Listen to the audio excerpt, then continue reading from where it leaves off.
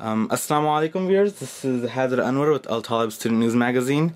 Here we have brother Wasim Dalu. He's a fourth year sociology major, pre-law. So Wasim, as you know, this week's topic is the Israeli-Palestinian conflict. So just in general, I want to know, what is your opinion about the Israeli-Palestinian conflict? So my opinion on the conflict and what I think is truly going on is that Zionism is a colonial project. And although they make it seem like it's an issue that goes back 2,000 years and that Arabs and Jews have been fighting forever, in reality you see that Jews, they lived in Palestine, historic Palestine, before Zionism emerged. Although there were a small percentage of the population, they did live in peace. When you see the conflict arise is actually about 1947, 1946, when many Jewish immigrants were moving into Palestine. And they pretty much started colonizing the area with the validity of the Balfour Declaration, which was signed in England, which pretty much states that the Zionists would have a state in Israel, which is historic Palestine. And so what you really see, if you look at the big picture from 1948 to the present, and not focus on just a little section of it, is that it is a colonial project. And when a colonial project takes place in which settlers begin to settle the land and try and take the land as their own, there can be three results. One of them can be an example which happened, I believe, in Libya. I'm not really sure if it happened in Libya, actually. But one situation that occurred is when the French tried to colonize an area, but the indigenous population kicked them out. That's one result. Another result would be if the settlers, such as in the American experience, wipe out the indigenous population. And there's this third result that could occur. It's very rare and it's only happened in one real case that I can think of right now, which is the South African experience, where you see the settlers and the indigenous population actually living together. But for that to occur, an apartheid state had to pretty much be demolished. So to gain rights for both the people, the settlers, and the indigenous population, activism has always been needed. Okay. And then also recently the UCLA Students for Justice in Palestine, SJP, they just had their Palestine Awareness Week. In your opinion, what was the purpose of the event and who were you trying to target, and how do you feel about the turnouts of the events held throughout the week? So the purpose of Palestine Awareness Week is to raise awareness about what's going on on the ground in Palestine. So pretty much what we did is we brought out an apartheid wall, which is a symbol of the wall that's currently in the West Bank, which denies the Palestinians the free movement, separates families, separates people from their means of living, which would be like their farms and markets, etc. So when we brought up the apartheid wall has information on it as well as drawings depicting what is going on currently on the ground in Palestine, Israel.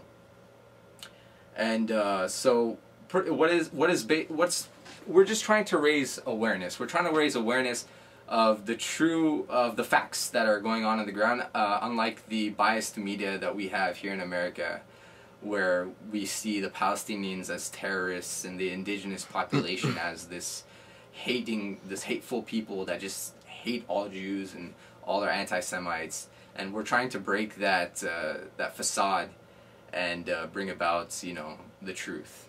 Our turnout this year was amazing. We had 70 to 100 people come to every night event that we put on, and the Palestinian activism has just been growing, and we can see that as proof of this Palestinian Awareness Week.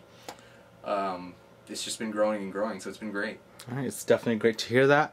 Lastly, recently, actually just yesterday, last night, Mark Yudof, the president of the UC system, he sent out an email in regards to campus climate, and he kind of touched on the topic, Israeli, and like the IDF soldiers. I personally feel like he might be brushing off on the Israeli-Palestinian conflict, but in your opinion, how do you feel about the message he's trying to convey to all the students statewide?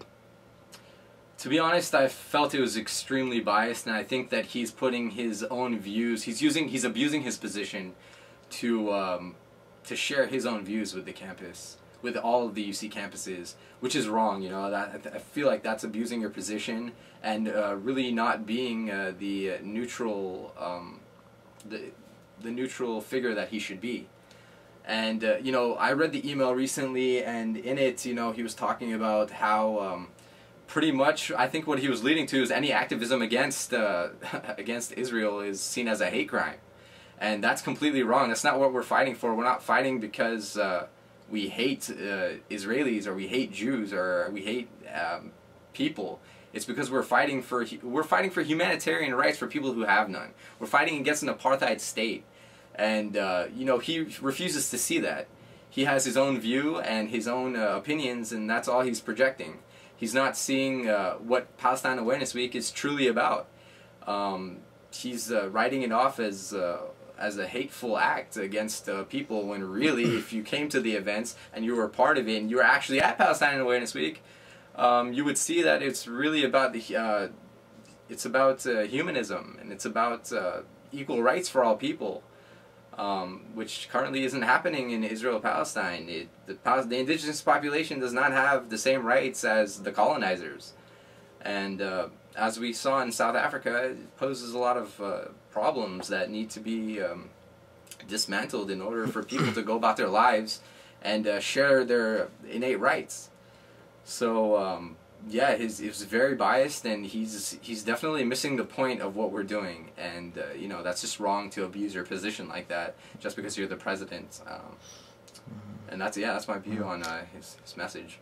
Well, alrighty. Once again, viewers, this was Brother Wasim. So thank you so much for your time, and thank you for the interview. Thank you, Hyder.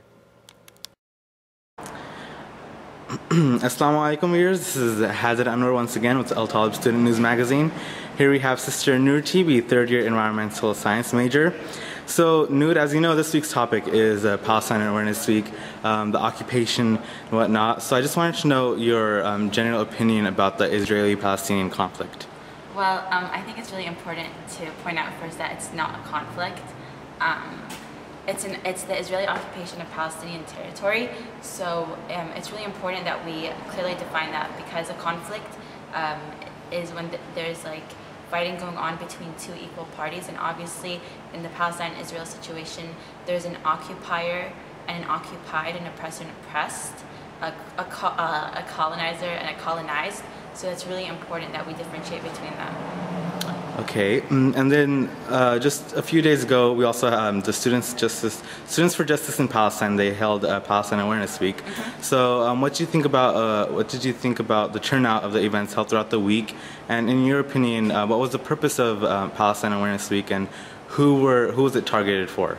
Well, I was really proud of all the work that our SJP has done this year. I thought the turnout of the events was really fantastic. Okay, so our last question.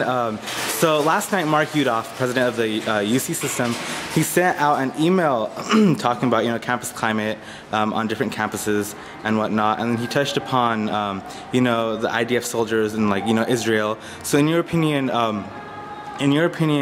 what do you have to say about the message he's trying to convey to all the UC students statewide?